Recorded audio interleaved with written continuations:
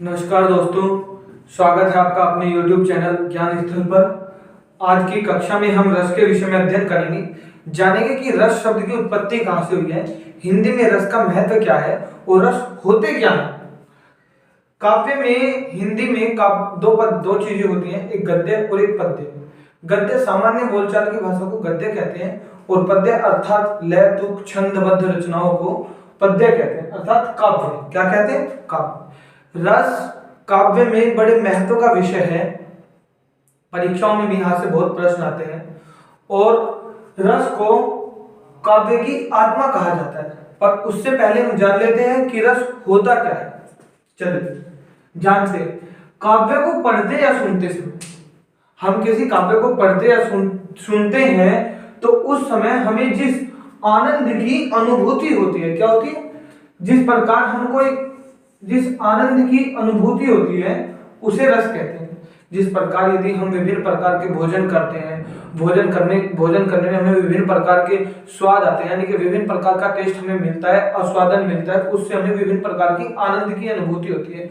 उसी प्रकार काव्य को पढ़ते या सुनते समय हमें जिस आनंद की अनुभूति होती है, जिस आस्वादन की अनुभूति होती है, वह रस कहलाता है। इतनी बात क्लियर जी। काव्य को पढ़ते या सुनते समय हमें जिस आनंद की अनुभूति होगी उसे हम क्या कहेंगे? रस कहेंगे। रस शब्द जो है सर्वप्रथम नाट्य शास्त्र में इसका उल्लेख मिलता है। कहां मिलता है इसका उल्लेख? नाट्य शास्त्र में रस शब्द का सर्वप्रथम उल्लेख मिलता है। रस शब्द का शाब्दिक अर्थ क्या हो जाएगा? अभी बताया हमने, आनंद, है ना। जिससे को पढ़ने सुनने से हमें आनंद की अनुभूति होती है वह रस कहलाता है, आस्वादन से जिसकी। और रस का शाब्दिक अर्थ क्या होगा? आनंद। रस शब्द का वर्णन यदि कहीं पर प्रथम बार रस शब्द का कहीं पर वर्णन मिला तो वो रस शब्द का वर्णन मिला नाट्य शास्त्र, एक ग्रंथ है जो आचार्य भरत मुनि ने लिखा। किन्होंने लिखा?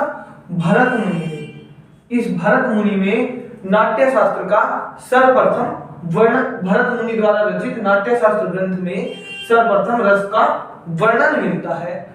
इसलिए भरत मुनि को नाट्य शास्त्र का प्रवर्तक कहा जाता है। रसों का प्रवर्तक कहा जाता है, यानी कि रस के प्रवर्तक कौन है?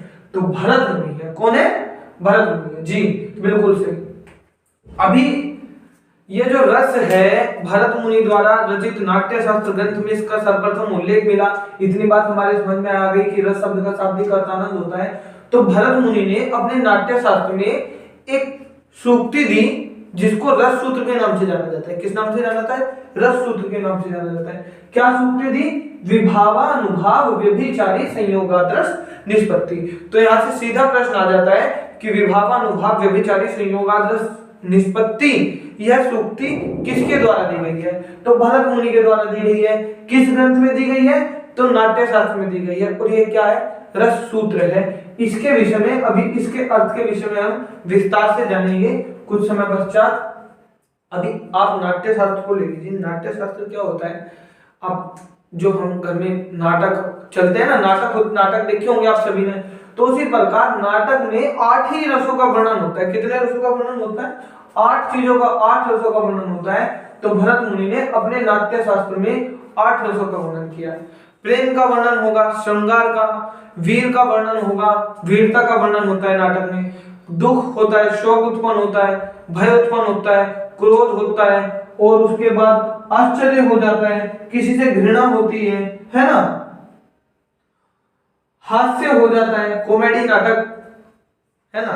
देखिए नाटक में श्रृंगार, प्रेम की बात होगी, रति की बात होगी, नाटक में होता है। वीर भी होता है, दुख भी होता है, हास्य भी होता है, हंसी कॉमेडी भी होती है, क्रोध भी आ जाता है, रौद्र भी होता है, भयानक भी होता है, भय भी लगता है, विभत्स यानी कि घृणा, जुगुप्सा का भाव जो हमारे भीतर उत्पन्न, तो विभत्स भी होता है, और अद्भुत यानी कि आश्चर्य भाव। किसका भाव? आश्चर्य का भाव। ये 8 रस ही भरत मुनि ने अपने नाट्य शास्त्र में माने हैं। लेकिन उन्होंने ये जो 9वां रस है शांत रस, इसको नाट्य शास्त्र में इसका वर्णन नहीं किया। परंतु वे ये भी नहीं कहते कि शांत रस नहीं है। बस इतनी बात उन्होंने अपने नाट्य शास्त्र में मात्र 8 रसों का वर्णन किया है। शांत को वे नाट्य शास्त्र में नहीं मानते, अर्थात नाट्य कला में रंगमंच पर प्रस्तुत की जाने वाली विधा में शांत रस को वे नहीं मानते, क्योंकि शांत रस मोह माया से वैराग्य की भावना का नाटक में अगर हम प्रयोग करेंगे तो रंगमंच पर मनोरंजन का दृश्य उत्पन्न नहीं हो पाता है ना। इसलिए शांत रस को क्या किया भरत मुनि ने, नाट्य शास्त्र में शांत रस का वर्णन नहीं किया। इतनी बात आपकी क्लियर है जी। भरत मुनि ने शांत रस का वर्णन अपने नाट्य शास्त्र में नहीं किया। उसके बाद रस के जो प्रतिष्ठापक कवि हैं उनका क्या नाम है, आचार्य मोहम्मद। क्या नाम है, आचार्य मोहम्मद। रस के प्रवर्तक कौन थे, भरत मुनि, और रस के प्रतिष्ठापक कौन है, दोनों में अलग अलग क्वेश्चन है। प्रवर्तक भरत मुनि, पिता भरत मुनि, लेकिन प्रतिष्ठापक तो आचार्य मोहम्मद। कौन, आचार्य मोहम्मद। अब भरत मुनि ने अपने ग्रंथ नाट्य शास्त्र ग्रंथ में 8 रसों का उल्लेख किया है। कितने का, 8 रस का उल्लेख किया। तो नौवां रस शांत रस को नाट्य शास्त्र में वर्णन नहीं है, लेकिन शांत रस एक रस है जो नौवें रस के रूप में जाना जाता है। इस प्रकार इन्हें नव रस कहा जाता है। क्या कहा जाता है, नव रस कहा जाता है।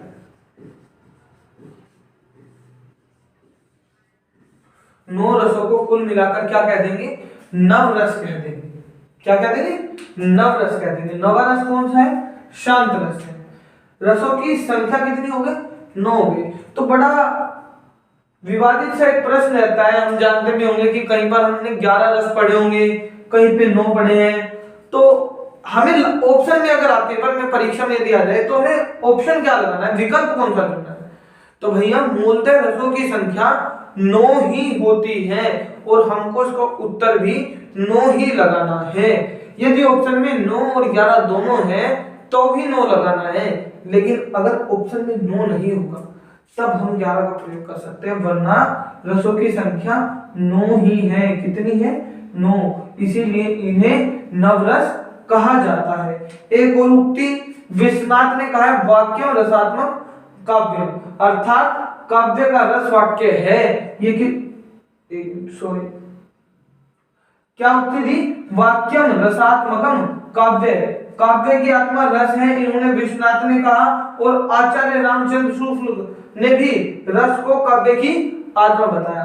यानी कि विश्वनाथ ने वाक्यम रसात्मक काव्यम उक्ति दी। क्या उक्ति दी, वाक्यम रसात्मक काव्यम। ये सीधी उक्ति आपकी परीक्षा में आ जाती है कि वाक्यम रसात्मकम काव्यम उक्ति किसके द्वारा दी गई, तो आचार्य विश्वनाथ। कौन, क्या लगा देंगे इसका आंसर, आचार्य विश्वनाथ इसका आंसर हो जाएगा।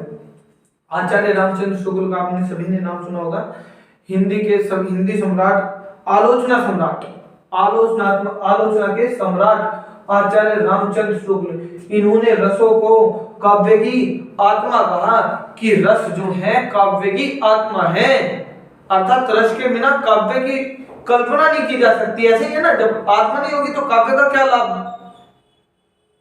और भरत को आचार्य रामचंद्र शुक्ल ने क्या कहा, रस को काव्य की आत्मा कहा। इतनी बात आप सबके क्लियर है जी। अब हमने ये उक्ति लिखी थी, विभावानुभाव व्यभिचारी संयोगादर्श निष्पत्ति। ये क्या है, तो रस जो है, रस के 4 अवयव होते हैं, 4 अंग होते हैं। कितने अंग होते हैं, 4 अंग होते हैं भैया। कितने अंग होते हैं, 4 अंग होते हैं। पहला विभावन, दूसरा अनुभाव, तीसरा संचारी भाव और चौथा स्थायी भाव। इसको हम व्यभिचारी भाव भी कह देते हैं। क्या कह देते हैं, व्यभिचारी। इतनी बात क्लियर है, संचारी भाव को व्यभिचारी भाव भी कह देते हैं। और यहां से ये बनाए कि विभाव, अनुभाव, व्यभिचारी भाव के संयोग से रस की निष्पत्ति होती है। तो एक प्रश्न यहां से ये भी बन जाएगा कि भरत मुनि ने जो रस सूत्र दिया है उसमें 4 अंगों में से किसका वर्णन नहीं किया है, तो स्थायी भाव का यहाँ पर वर्णन नहीं है, क्योंकि इन तनों के संयोग से स्थायी भाव जागृत होता है। क्या होता है, स्थायी भाव जागृत होता है। स्थायी भाव को ही रस कहकर भरत मुनि ने कहा है कि स्थायी भाव ही रस है जो हमारे मन में सुषुप्तावस्था में पड़े रहते हैं। किस अवस्था में पड़े रहते हैं? सुषुप्तावस्था में पड़े रहते हैं, जागृत अवस्था में नहीं होते, लेकिन स्थित रहते हैं। वे क्या प्रधान भाव जो होता है हमारे मन में, वो क्या होता है? स्थायी भाव हमारे मन में प्रधान भाव होता है। हमारे मन में सुषुप्तावस्था में स्थायी भाव पड़े रहते हैं और विभाव, अनुभाव, संचारी भाव के संयोग से ये जागृत अवस्था को प्राप्त करते हैं, जिससे रस की निष्पत्ति होती है। इतनी बात अब सभी के क्लियर हो तो बताइए, आगे चलते हैं। विभाव क्या होता है, अनुभाव क्या होता है, संचारी भाव क्या होता है और स्थायी भाव क्या होता है। एक बार इनके विषय में, चारों के विषय में थोड़ा थोड़ा जान लें, ज्यादा नहीं, थोड़ा थोड़ा हमको पता होना चाहिए कि विभाव होता क्या है। अंग तो हमने जान लिए चार, कि एक विभाव होता है, एक अनुभाव होता है, एक संचारी भाव होता है और एक स्थायी भाव होता है, लेकिन ये चारों वास्तव में इनका तात्पर्य क्या है, इनका संयोग कैसे हो। तो सबसे पहले स्थायी भाव को ले लेते हैं। किसको ले लेते हैं? स्थायी भाव को ले लेते हैं। स्थायी भाव वे भाव क्या, प्रधान भाव जो हमारे मन में सुषुप्त अवस्था में, सोई हुई अवस्था में पड़े रहते हैं, बिल्कुल सुप्त अवस्था में होते हैं और प्रधान भाव होते हैं। कैसे भाव होते हैं? प्रधान भाव होते हैं। वे क्या कहलाते हैं? स्थायी भाव कहलाते हैं। चलिए अब इन तीनों को लेते हैं, विभाव, अनुभाव और संचारी भाव। रस सूत्र के संयोग से जिनका उदय हुआ, जो रस के अंग है, पहला भाव है विभाव। विभाव का मतलब क्या है? कारण। क्या है भैया? कारण। जिस कारण हमारे मन में ये भाव उत्पन्न होते हैं वो विभाव कहलाते हैं। जिस नायक नायिका, जैसे हम बात करें किसी दृश्य को देखकर उसके आसपास जिन चीजों से, जिन वस्तुओं से, जिन कलाकृतियों से हमारे मन में भाव उत्पन्न होते हैं, वे क्या कहलाते हैं? विभाव कहलाते हैं। क्या कहलाते हैं? विभाव कहलाते हैं। जैसे कहीं पर यदि वर्णन हो रहा हो श्रृंगार रस का, जैसे ये गाना ले लेते हैं हम कि ये रेशमी जुल्फें, ये सरबती आंखें, इन्हें देखकर जी रहे हैं सभी। तो यहाँ पर विभाव क्या होगा? अभी जहाँ पे गाना फिल्माया गया है तो नायक और नायिका क्या है? नायक और नायिका भी विभाव है। एक विभाव तो ये हो जाएंगे, और भी विभाग हैं कि नायक के मन में किस कारण रति का भाव उत्पन्न हुआ, तो किस कारण उत्पन्न होगा? नायिका की जुल्फे के विषय में वो वर्णन कर रहा है। नायिका की जुल्फों और नायिका की नेत्रों को देखकर उसके मन में, उसकी नायिका की चेष्टाओं को, नायिका के नेत्रों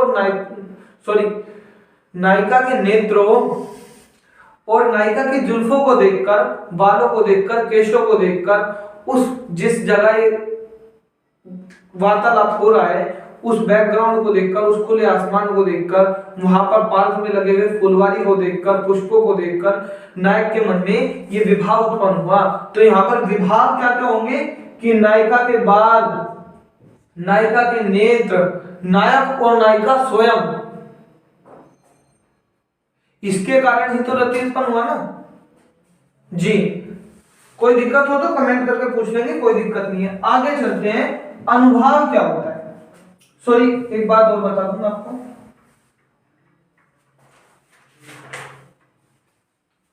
विभाव जो है, विभाव भी दो प्रकार के होते हैं। कितने प्रकार के होते हैं? दो प्रकार के। एक आलंबन, कौन सा? आलंबन, और दूसरा उद्दीपन। कौन सा? एक आलंबन और दूसरा उद्दीपन। जिन पात्रों का सहारा लेकर, जिन पात्रों का सहारा लेकर हमारे मन में भाव उत्पन्न होते हैं वो तो कहलाते हैं आलंबन विभाव। कैसे विभाव? आलंबन विभाव। जैसे नायक नायिका, वो क्या हो जाएंगे? आलंबन हो जाएंगे। फिर उद्दीपन क्या होते हैं जी? उद्दीपन उन्हें कहते हैं जिन वस्तुओं का सहारा लेकर हमारे मन में विभाव उत्पन्न होता है, वे क्या कहलाते हैं? उद्दीपन कहलाते हैं। यानी कि जो भी हमने उदाहरण लिया था, ये रेशमी जुल्फी, ये सरबती आंखें वाला, उसमें आलंबन क्या हो जाएगा? नायक नायिका और हीरो कौन है? हाँ, राजेश खन्ना। तो राजेश खन्ना क्या हो जाएगा? वहां पे नायक है, वो हो जाएगा आलंबन। और जो उसमें दृश्य दिखाया गया है, जो वस्तुएं हैं, जुल्फे हैं, आंखें हैं, नेत्र हैं, वे क्या हो जाएंगे? वे उद्दीपन हो जाएंगे। अब क्लियर है आपके विभाग? जी, अनुभाव क्या होता है? जो विभाव का गमन करते हैं, विभाव के बाद विभाव का गमन करते हैं, अनुभाव कहलाते हैं। जैसे नायिका और नायक का वर्णन हो रहा था, रति का भाव उत्पन्न हो रहा था, तो वहां पर जो आलिंगन, कटाक्ष और चुंबन का भाव उत्पन्न होगा, वे क्या कहलाएंगे? अनुभाव कहलाएंगे। क्या कहलाएंगे? अनुभाव कहलाएंगे। जैसे वीर रस में अंगों का फड़फड़ाना, शरीर में कंपन उत्पन्न होना, जोश का भाव उत्पन्न होना, ये सब क्या कहलाएंगे? अनुभाव कहलाएंगे। क्या कहलाएंगे? अनुभाव कहलाएंगे। अब तीसरी बात, संचारी भाव पर चलते हैं। किस पर चलते हैं? संचारी भाव पर। संचारी भाव क्या होता है? संचारी भाव ऐसे भावों को कहते हैं जो हमारे भीतर अल्पकाल के लिए, किस काल के लिए? अल्पकाल के लिए उत्पन्न होते हैं, थोड़े थोड़े समय के लिए उत्पन्न होते हैं। इनकी संख्या 33 होती है। कितनी होती है? 33 होती है। और अभी पेपर परीक्षा में अगर आए कि संचारी भावों की संख्या कितनी है, व्यभिचारी भावों की संख्या कितनी, तो 33 ही लगाते हैं। लेकिन अभी अभी थोड़े दिन कुछ समय पूर्व ही आचार्य देव ने एक 34वां भाव बताया है, जिसे छल कहते हैं। तो यदि ये प्रश्न भी परीक्षा में आ जाए कि 34वां संचारी भाव कौन सा है, तो बेटा कौन सा है? छल है। कौन सा है? छल को 34वां संचारी भाव कहते हैं। उसके बाद स्थायी भाव आपको समझा ही दिया है कि जो हमारे मन में प्रधान भाव होते हैं, सुप्तावस्था में पढ़ते हैं, संचारी भाव इनको पूर्ण रूप में जागृत करने का कार्य करता है। वे कौन से भाव होते हैं? स्थायी भाव होते हैं। इतनी बात क्लियर है। चलिए 2 बात और जान लेते हैं कि ये कुल कितने रस थे? 9 रस थे। 10वां रस भगवत विषयक और 11वां रस वात्सल्य रस, ये कहां से आए? तो श्रृंगार रस जो है बहुत बड़े क्षेत्रफल में विस्तार था, बड़ा क्षेत्र था इसका, और यहां से 2 हिस्से अलग किए गए बाद में कि भक्त और ईश्वर के प्रेम को श्रृंगार रस में रखना क्या उचित है? तो चलिए कोई बात नहीं, अलग कर देते हैं। 10वां रस बना दिया गया, कह दिया गया कि 10वां रस भगवत विषयक रस कहलाएगा। कौन सा रस कहलाएगा? भगवत विषयक रस।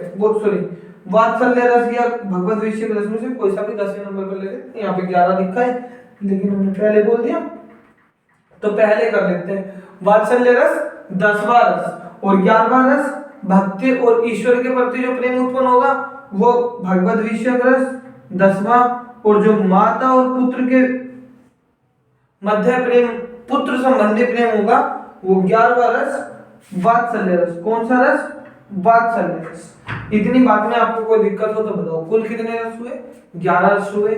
मूल रूप से कितने हैं? 9 रस हैं। स्थायी भावों की संख्या 9 भी है और 11 भी है। लगाना कौन सा है? हमको 9 वाला लगाना है, क्योंकि भगवत विषयक और वात्सल्य रस श्रृंगार रस के ही विस्तृत क्षेत्र में आते हैं, इसलिए मूल रूप से 9 रस थे, इसीलिए इन्हें नव रस कहा जाता है। क्या कहा जाता है?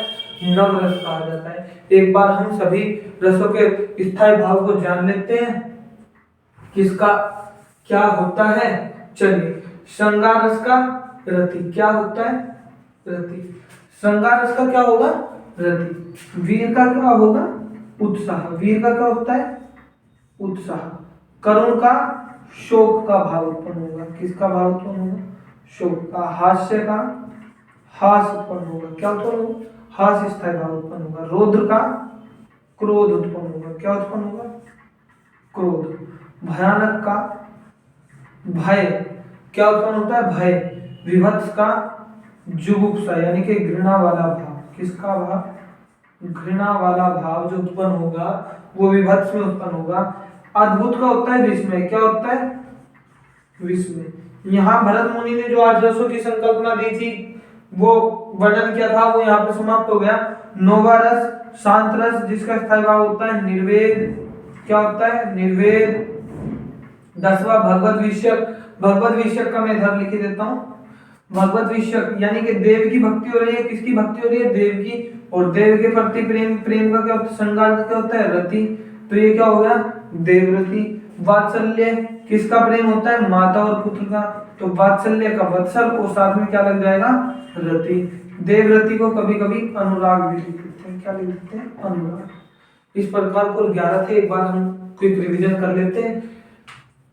चलिए एक बार देख लेते हैं ध्यान से कि काव्य को पढ़ते या सुनते समय हमें जिस आनंद की अनुभूति होती है वह क्या कहलाता है, रस कहलाता है। इसका मतलब रस का शाब्दिक अर्थ क्या हो जाएगा, आनंद हो जाएगा।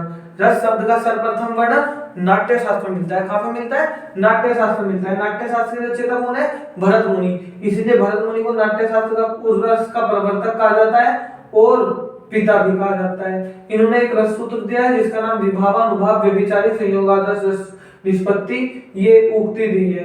कुल संख्या रसों की कितनी है, 9 है। भरत मुनि ने अपने नाट्य शास्त्र में कितने रसों का वर्णन किया है, 8 रसों का किया है। कौन सा रस भरत मुनि ने नहीं माना, तो शांत रस भरत मुनि ने अपने रसों में नहीं माना। रस के प्रतिष्ठापक कवि कौन है, तो आचार्य मम्मट। कौन है, आचार्य मम्मट। नवा रस जो था कौन सा, जो भरत मुनि ने नहीं माना था, वो था शांत रस। तो कुल मिलाकर मूल रूप से कितनी संख्या हुई, 9 रस हुए, इसलिए इन्हें नवरस कहा जाता है। एक उक्ति बहुत प्रसिद्ध है, वाक्यम रसात्मकम काव्यम। यह उक्ति किसने दी, तो आचार्य विश्वनाथ ने दी। किसने दी, आचार्य विश्वनाथ ने दी। रसों की कुल संख्या बाद में कितनी हो गई, 11 हो गई। आचार्य रामचंद्र शुक्ल ने रसों को क्या कहा कि रस काव्य की आत्मा है, अर्थात बिना रस के काव्य मृत प्राय है। इसलिए आचार्य रामचंद्र शुक्ल के सेना द्वारा कि रस काव्य की आत्मा है। इतनी बात में कोई दिक्कत, चलिए आगे जानते हैं। क्या उक्ति दी थी, विभावानुभाव व्यभिचारी संयोगादर्श निष्पत्ति। रस के अंग कितने हैं, तो 4 अंग हैं। रस के कितने अवयव हैं, 4। एक विभाव, एक अनुभाव, एक संचारी भाव और एक स्थायी भाव। इनके विषय में हमने पढ़ ही लिया है डिटेल से। आगे चलते हैं। श्रृंगार रस, रति, वीर रस, उत्साह, करुण, शोक, हास्य, हास, रौद्र, क्रोध, भयानक का भय, विभत्स का जुगुप्सा, अद्भुत का विस्मय, शांत का निर्वेद, भगवत ईर्ष्यक का देवरति या अनुराग और वात्सल्य का वत्सलरति। इतनी बात में कोई दिक्कत जी। और आचार्य भोजराज करके एक व्यक्ति हुए, क्या हुए, आचार्य भोजराज करके एक व्यक्ति हुए। हम सबको ये तो पता है, जिन्होंने रस पढ़ा होगा उन्हें ये तो पता होगा कि श्रृंगार रस को रसराज या रसपति कहा जाता है, लेकिन ये कहा किसने, तो आचार्य भोजराज करके एक व्यक्ति हुए, उन्होंने श्रृंगार रस को रसराज या रसपति कहा। इतनी बात में यदि आपको किसी भी प्रकार की समस्या उत्पन्न होती है तो आप कमेंट करके कृपया पूछ लें, और आगे इन रसों के विषय में हम विस्तृत रूप से कल पढ़ेंगे विस्तार से। आज की कक्षा में इतना ही। यदि आपको वीडियो अच्छी लगी है तो कृपया लाइक करें और चैनल को सब्सक्राइब कर दीजिए। धन्यवाद, नमस्कार।